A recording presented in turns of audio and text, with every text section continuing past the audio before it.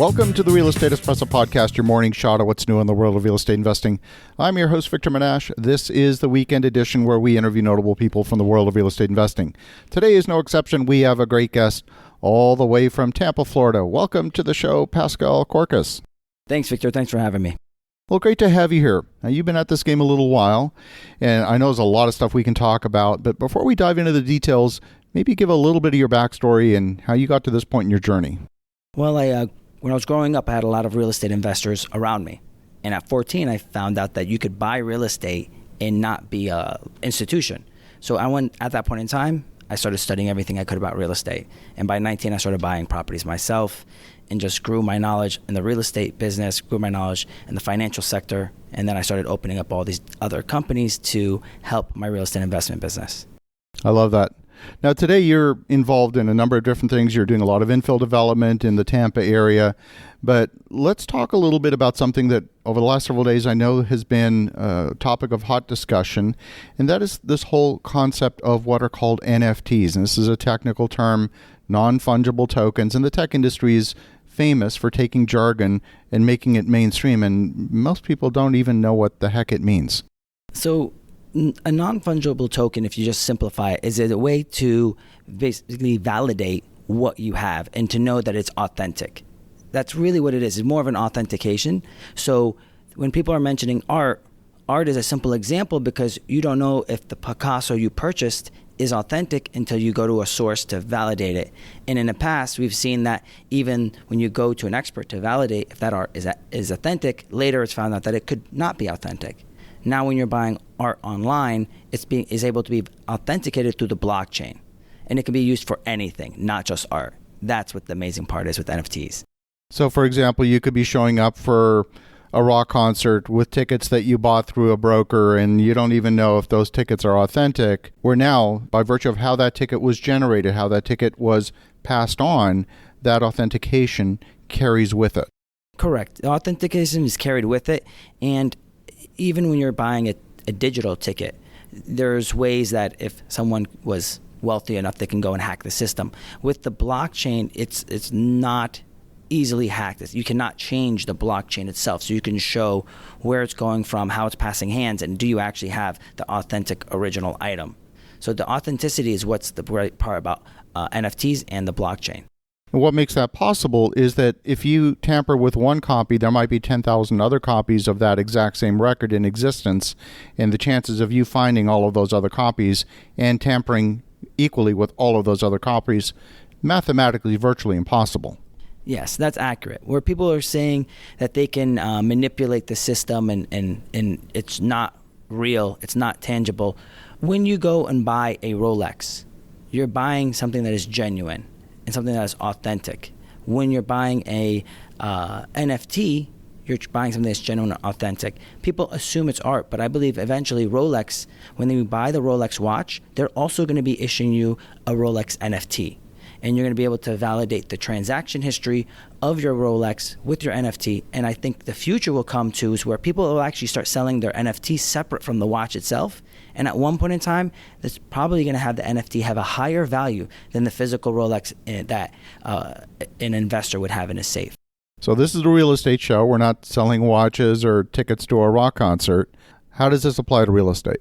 Eventually, when you're having an NFT, you're having title, all of this is going to be going to Web 3.0. We're going to be using Web 3.0 NFTs, blockchains, and they're going to be replicating what we have in this physical plane into the digital space. So eventually you'll be able to buy shares of a NFT just like you're buying shares of a company or syndication. So it's when you have that, it's going to be able to give people the opportunity to buy into something on a fractional basis and able to avoid the traditional financial system that we have. And I believe also we're going to eventually come to fractional lending in the sense of I'm buying 1/100th of this skyrise in New York, but I'm also getting a loan on my 1/100th of a share of my fraction. So now people on a micro level could afford to invest into A-class properties. When I hear that, I often think about trying to circumvent the banking system. I also hear sometimes trying to circumvent securities laws, thinking that perhaps the definition of a security doesn't apply here, or that we don't actually have to be compliant with SEC or whatever your jurisdiction's securities regulations are. And that's not quite the case, correct? 100%. When we're replicating what's happening in the physical plane and the digital plane, that doesn't mean our laws don't apply. You talk a little bit about the tokenization of real estate and perhaps fractional ownership. These are concepts that exist today. You can go get a fractional deed on a piece of property. There's tenant in common structures. There's many different ways that you can do that. And it's alive and well, for example, in vacation properties. You might buy a tenth of a condo and you have a certain number of weeks a year that you can use it. How does the technology make it either easier, or what's the benefit? When I say fractional reserve, I mean you can probably, depending on how you set up your structure, you could go down to owning a $1 billion complex and you're in India and you only have 80 cents. And your 80 cents will own a share because you also got a loan for the other portion of that, because for the portion you wanted to own of that $1 billion complex. You can't do that today, right? You're going to have, if you're going to syndicate or different type of investment vehicles, we'll have a minimum, right? $1,250,000. Obviously, we go down as low as $10,000 with some investments, but when you're talking about fully fractional, down to the dollars, you can go that low without increasing your cost in paperwork, because the system would automatically generate all those documents for you. It would set up that structure. Now, that does not mean I am not going over the legal aspect of that, right? Because if you're creating a syndication or some type of agreement that can only have 100 members, because there's a lot of different investment vehicles that can't have more than 100 members. Otherwise, you'd be raising some flags with like the SEC, and your lawyer would have to be very careful with the legal documents. So, but in generally speaking, the ability to, in the time it would take, if you were going to do a fractional reserve in the current system, it's not really possible. With the new system that they're implementing with the blockchain, that would be easier to accomplish. That makes a lot of sense. And I think the industry is going to go through a lot of growing pains and figuring out what works and what doesn't. It reminds me a little bit of the dot-com era in the late 1990s, when anything that was internet-based, it didn't matter whether it was books or cat food, all of a sudden was attracting a lot of attention. Now we know that books worked and cat food didn't. Books went on to do a whole lot more than that, as Amazon is now the largest retailer in the world. How do we figure out what's real and what's not? And that goes back to what I was originally saying, is that when you're working with a new coin or a NFT project, it is all about the community that is building it. I invested in Facebook when it first IPO'd because I knew their team was a winning team. There was many other social media sites, but the team that they had was a winning team. So that is why I put my money in. When you're looking at, as you mentioned previously, catfood.com, right? It didn't work, but diapers.com did. And it wasn't because it's a single item that cat food didn't work. The idea is that the team that built it out is winning. So if you have the right team together and a good concept with a good business model, then that combination will win. That's why I was mentioning earlier, be careful about where you put your money, because just because it's a new industry and it sounds great, I do believe, and I agree with you 100%, this is very similar to the dot-com era, and I believe most of the cryptocurrencies, are going to zero.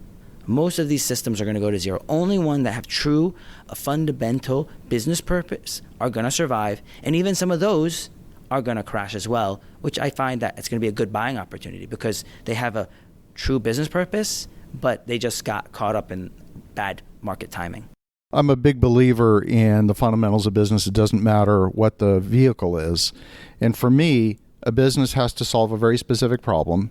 It has to be an acute enough problem that people are willing to spend money to have that problem solved. And then finally, they've got to be willing to buy it from you.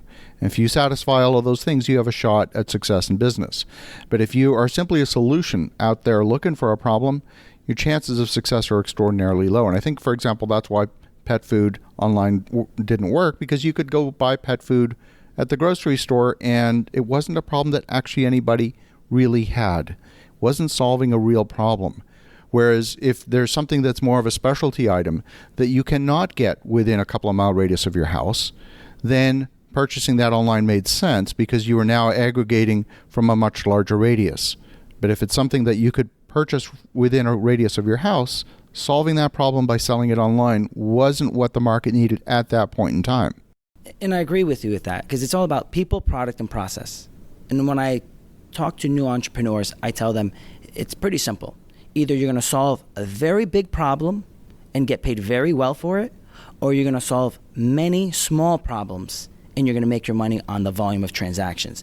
And that's what it is. It's all about problem solving. It's all about helping. So as long as you can find ways to help, then you're going to succeed. Some of these new projects that are coming out, the issue with them is that they're mostly a theory, and they don't have a proof of concept, and they don't have a significant market that even knows or recognizes there's a problem. So with that, there's a lot of risk there. At the same time, one out of the million or billion is going to succeed and is going to make a major effect on the world. So I don't totally dismiss these projects, because obviously I'm an investor. I invest significantly into the crypto and NFT space, but I'm very cautious, and I have a diversified portfolio of investments that I find that are going to be more conservative, in higher probability of success, and then I put a small portion of my portfolio to the riskier items that sound great, but there's no guarantee that it can work out in 15 years when the market would be prepared for it.